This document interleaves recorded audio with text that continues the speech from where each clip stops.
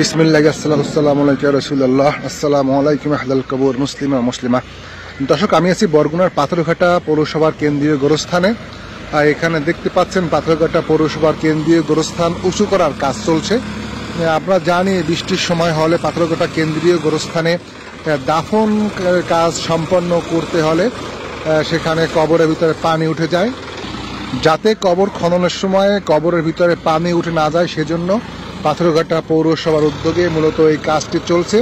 আর এই কাজটি আসলে একটি ভালো কাজ হচ্ছে। দীর্ঘদিন পরে পাথরঘাটা গোরস্থানে ভরাটের কাজ চলায় আসলে যাদেরকে দাফন করা হয় তাদেরকে আসলে পানির ভিতরে ডুবে থাকতে হবে না, একটি ভালো উদ্যোগ। তবে আমরা দেখতে পাচ্ছি একটি বিষয় এবং সকলের অবগতির জন্য ভিডিওটি আমাদের করা, যাতে করে যেহেতু সমস্ত কবরস্থানের নতুন করে মাটি ভরাট করার কাজ চলছে। ইতিমধ্যে আপনারা দেখতে পাচ্ছেন এখানে মাটি ভরাটের কাজ অনেকটাই হয়ে গেছে, বাকি কাজগুলো চলতেছে।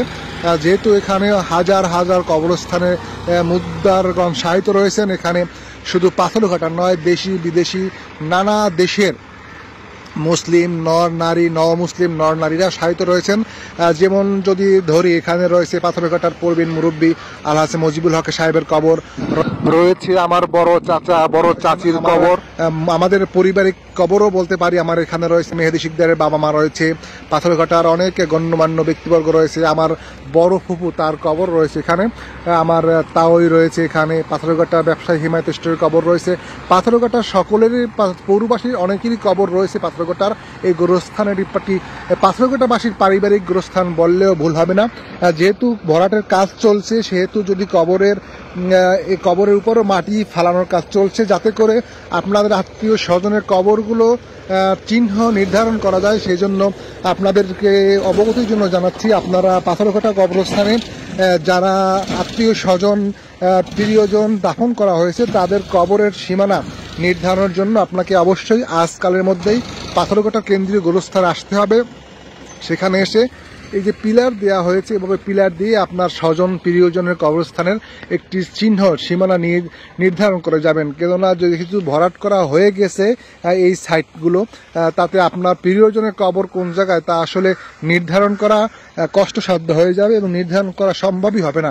সেই জন্য পাথরঘাটা কেন্দ্রীয় মসজিদেও গত শুক্রবার পাথরঘাটা উপজেলা নির্বাহী কর্মকর্তা রকুনুজ্জামান খান তিনি নিজেও বলেছেন, আমিও এই ভিডিওর মাধ্যমে আপনাদেরকে বার্তা দিচ্ছি, পাথরঘাটা কেন্দ্রীয় গোরস্থানে যাদের আত্মীয় স্বজনরা শায়িত রয়েছেন তারা এখানে এসে অতি শীঘ্রই আপনাদের স্বজনদের কবরের স্থান নির্ধারণ করে যাবেন এবং যেখানে পুরাতন কবরগুলো রয়েছে সেই কবরের স্থানগুলো এইভাবে সীমানা পিলার দিয়ে নির্ধারণ করবেন, যাতে করে মাটি ভরাটের পর আপনাদের সেই স্বজনদের কবর স্থান নির্ধারিত করতে যাতে করে বেগ পোহাতে না হয়। সেই জন্য আমি ভিডিওটি আশা করব যারা পাথরঘাটায় আছেন সবাই শেয়ার করে দিবেন, আর যারা আত্মীয় স্বজন এখনো বিষয়টি অবগত নয় তারা যেন অবগত হতে পারে।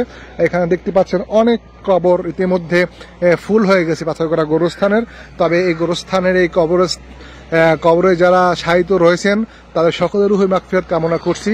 আর আমরাও সকলে যেন প্রস্তুতি নেই, এই পাথরঘাটাবাসীর একমাত্র শেষ ঠিকানা হচ্ছে পাথরঘাটার এই কেন্দ্রীয় গোরস্থান।